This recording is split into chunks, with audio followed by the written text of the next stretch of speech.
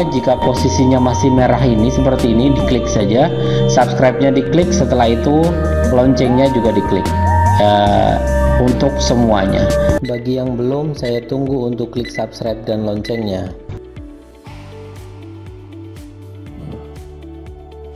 Halo, apa kabar sobat sekalian?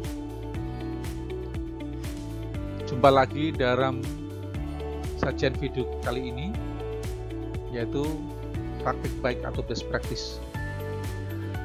Semoga sobat sekalian selalu dalam perlindungan Tuhan Yang Maha Kuasa, dalam selalu sehat, penuh dengan kebahagiaan. Nah, praktik baik itu metode atau capaian atau prestasi di bidang tertentu yang tentu dinilai menunjukkan berhasil atau keberhasilan dan dijadikan contoh atau pembanding atau patokan dalam membandingkan hasil-hasil praktek baik selanjutnya. Maka pengertian dari praktek baik yang lebih spesifik merupakan integrasi antara kebijakan profesional dengan pengambilan keputusan mengenai cara pengajaran yang didukung dengan bukti empiris atau wet hard. Dalam hal ini kebijakan profesional siapa? Pemerintah. Pengambilan keputusan siapa? Praktisi pendidikan, dalam hal ini guru ataupun kepala sekolah. Oleh karena itu, praktik baik pembelajaran ini bisa dikatakan sebagai praktek yang sudah ada yang dilakukan berulang-ulang, sehingga pada aktivitas berulang-ulang itu ada puncak melakukan yang memiliki efektivitas yang tertinggi, dan dari aktivitas yang tertinggi itu disepakati bersama. Praktek baik dapat digunakan untuk memberikan gambaran apa yang telah berhasil dilakukan dalam hal ini konteks pendidikan, konteks pembelajaran. Situasi tertentu. Situasi apa? Ya, dalam hal ini memecahkan masalah-masalah tertentu yang memang diambil keputusan bahwa konteks itulah yang harus selesaikan. Misalnya dalam pembelajaran. Kenapa siswa itu dalam belajar tema tertentu kalau diajar cenderung tidak semangat? Prestasi hasil belajarnya kurang memuaskan. Tentu ini ada masalah. Itu yang disebut konteks tertentu. Situasi tertentu. Situasi apa dalam pembelajaran? Yang siswa kurang semangat. Nah, karakteristik dari praktek baik yang pertama adalah kreatif dan inovatif. Karakteristik yang kedua adalah mengatasi persoalan yang berkelanjutan. Jadi kalau persoalannya siswa dalam belajar kurang bersemangat, prestasinya kurang maksimal, ini guru bisa melakukan best practice tadi dengan menggunakan metode, dipadukan dengan medianya, dengan berbagai metode lagi ditambah, dilakukan secara berkelanjutan atau bersiklus terus-menerus sampai hasilnya terbaik. Hasil pertama kurang baik, hasil kedua lebih baik sedikit, tapi menurut guru belum maksimal sampai hasil yang terbaik. Silakan terus. Nah, di samping itu, praktek baik ini bisa menginspirasi atau memberikan inspirasi bagi para praktisi pendidikan, pengajar-pengajar yang lain. Ini dari segi guru. Juga menginspirasi siswa itu sendiri. Ketika pembelajaran yang dilakukan oleh guru ini membuat dia tergugah untuk belajar lebih giat, melakukan sesuatu yang dia dengan mudahnya melakukan. Biasanya kurang semangat, dia lebih mudah melakukan dan bersemangat. sehingga dia pada akhirnya bisa memecahkan persoalan-persoalan yang dia pelajari. Di samping itu, yang tidak kalah pentingnya adalah ekonomis. Kalau dilakukan dengan menggunakan metode media, lalu mungkin ya waktu boros, ya, biaya mungkin ya ini lebih singkat. Dia setelah mencoba-coba metode cara-cara yang dilakukan dengan cara yang dia temukan sendiri, dengan berkali-kali mencoba seperti trial and error, dia melakukan dengan cara ini tapi lebih singkat, tapi siswa lebih mudah memahami. Waktunya lebih singkat, mungkin biayanya lebih singkat, maka ekonomis dan efisien. Ya, artinya tidak bertele-tele. Juga yang tidak kalah pentingnya adalah adanya perubahan cara belajar siswa, perubahan cara mengajar guru, ya, sehingga iklim belajar yang terjadi di kelas menjadi lebih dinamis. Ya, tentu harapannya adalah hasilnya lebih maksimal. Nah, kalau begitu, bagaimana ruang lingkup praktik baik atau best practice ini? Nah, kita batasi ya. Kita batasi dalam hal ini yaitu guru dan kepala sekolah. Kalau guru bisa membuat praktek baik dalam perencanaan pembelajaran. Perencanaan pembelajaran yang selama ini panjang lebar, ya, sekarang bisa menuju perencanaan pembelajaran yang simple. Dilakukan, hasilnya maksimal. Lalu, pelaksanaan pembelajaran.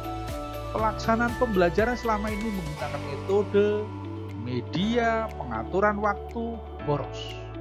Kurang maksimal. Tapi dia dengan berbagai pengalaman mencoba-coba, trial and error, maka dia menemukan melakukan pelaksanaan pembelajaran dengan waktu yang efisien, ya, metode yang simple, media pun bisa memperjelas hasil maksimal. Kemudian yang ketiga, assessment. Nah, assessment itu biasanya ketika kita bicara, kalau assessment itu adalah assessment kalau terkait dengan pengetahuan, itu soal tes, ya. Terkait dengan keterampilan, itu biasanya untuk kerja. Sikap biasanya menggunakan instrumen-instrumen observasi ataupun yang lain. Nah, ini teman-teman guru bisa meramu hasil dari pengalaman ini ternyata menggunakan tes, perangkatnya dan sebagainya yang paling simpel, tapi hasilnya maksimal. Ya, ini silahkan. Ini ruang lingkup praktek baik untuk guru. Kemudian untuk kepala sekolah. Kalau kepala sekolah di sini, misalnya dalam peran kepala sekolah sebagai penggerak perubahan.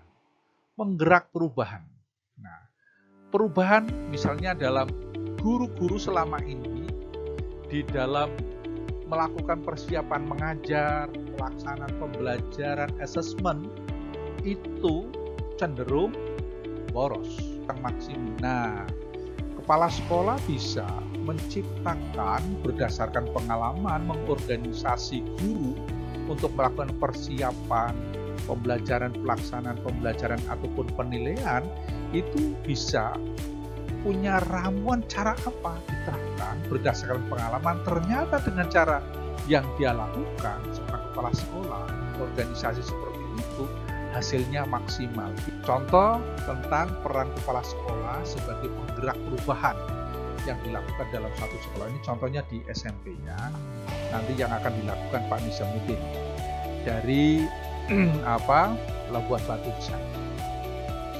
Kemudian yang kedua adalah tantangan dan kendala yang dihadapi oleh seorang kepala sekolah, ya, dan sekolah.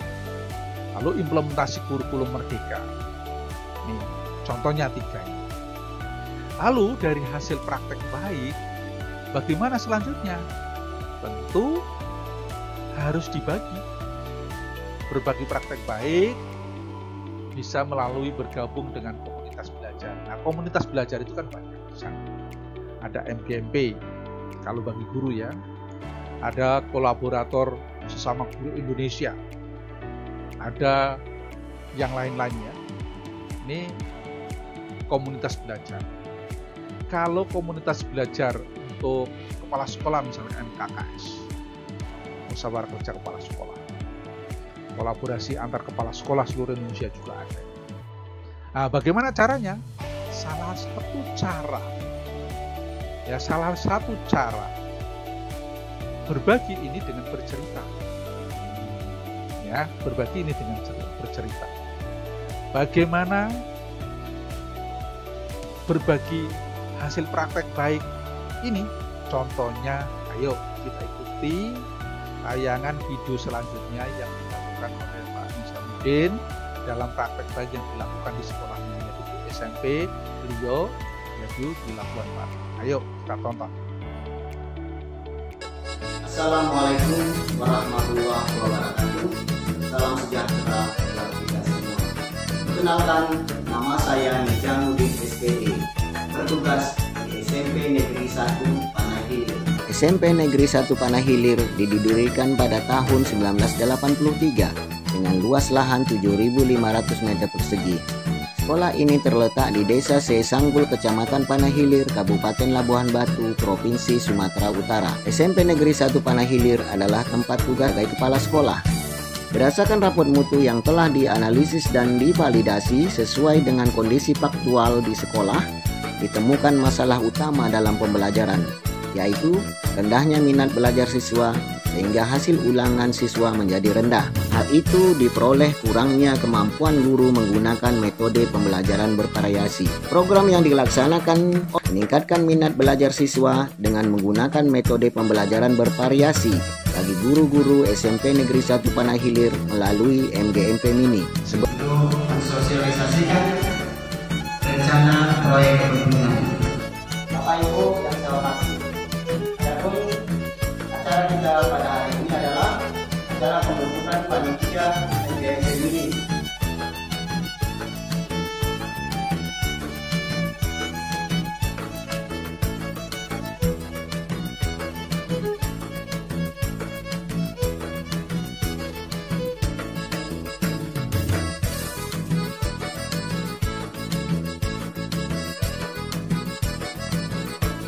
Dalam meningkatkan kegiatan kita. Bapak Ibu sebagai guru, inilah mana metode yang paling cocok sesuai dengan materi yang Bapak sampaikan. Jadi berarti yang ini salah satu mengurangi atau supaya siswa kita menjadi dominan dalam belajar. Bagaimana menurut Ibu mengikuti pada hari ini? Menurut saya kegiatan MGMP pada hari ini cukup bagus. Mudah-mudahan bisa terus dilaksanakan agar mutu dari sekolah kita ini terkenal. Bagaimana menurut Bapak kegiatan MGMP kita pada hari ini? Terima kasih pada hari ini